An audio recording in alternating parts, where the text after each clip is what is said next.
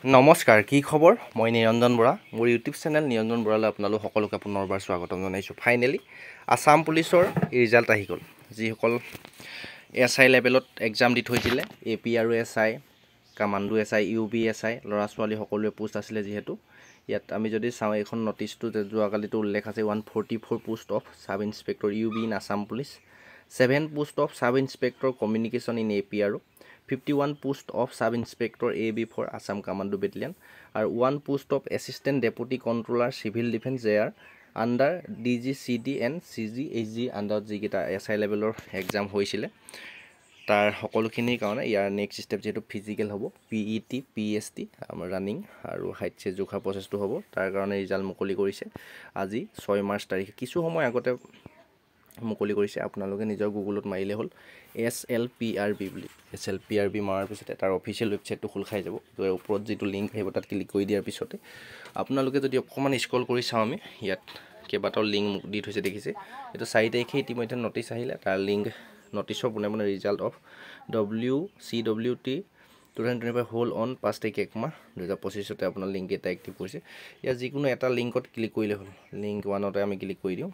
ছাৰ্ভাৰটো অলপ প্ৰব্লেম হৈছে, আপোনালোকে 1ত ক্লিক নহ'লে 2টোত আপোনালোকে ক্লিক কৰিব। ইয়াত প্ৰথমতে 1 লিংকটোত যদি চাওঁ, government of Assam state level police recruitment board result for command competent written test CWT AP আৰু চিভিল ডিফেন্স আসাম মানে গোটেইকেইটাৰ ভিতৰত 2টাৰ ভিতৰত যিকোনো এটা লিংকত ক্লিক কৰিলে হ'ল।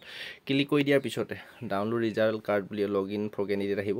আপোনাৰ এপ্লিকেশ্যন নাম্বাৰ যিটো আছিলে এপ্লাই কৰোঁতে বা এপ্লিকেশ্যন ফৰ্মখনত বা এডমিটত থাকিব আৰু আপোনাৰ কেণ্ডিডেট নেম, নিজৰ নামটো আৰু ডেট অফ বাৰ্থটো মাৰি ইয়াত যিটো ক'লা যিটো কেপচা কোড আছে, কেপচা কোডটো ইয়াত তললৈ বহাই ডাউনলোডৰ জেগাত আপুনি ক্লিক কৰি দিয়াৰ পিছতে আপোনাৰ ৰিজাল্টটো পাছ নে fail, you are selected next step বুলি আহিব।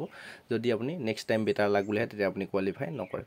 হয়তো বহুতো কেণ্ডিডেট নাথাকিব পাৰে মোৰ ছাবস্ক্ৰাইবাৰ, কিন্তু যিসকল দাদা বাইদেউ আপোনালোকে এপ্লাই কৰিছিলে, এক্সাম দি থৈছিলে, তেওঁলোকলৈ ভিডিঅ'টো অকণমান শ্বেয়াৰ কৰি দিব। ফাইনেলি ইয়াৰ নেক্সট প্ৰচেছ ৰানিঙৰ কাৰণে আপোনালোকৰ ৰিজাল্ট আহি গ'ল আৰু ইয়াৰ ৰানিংসমূহ ষ্টাৰ্ট হ'ব। মই যোৱাকালি ইতিমধ্যে ভিডিঅ' বনাইছোঁ আপোনালোকক।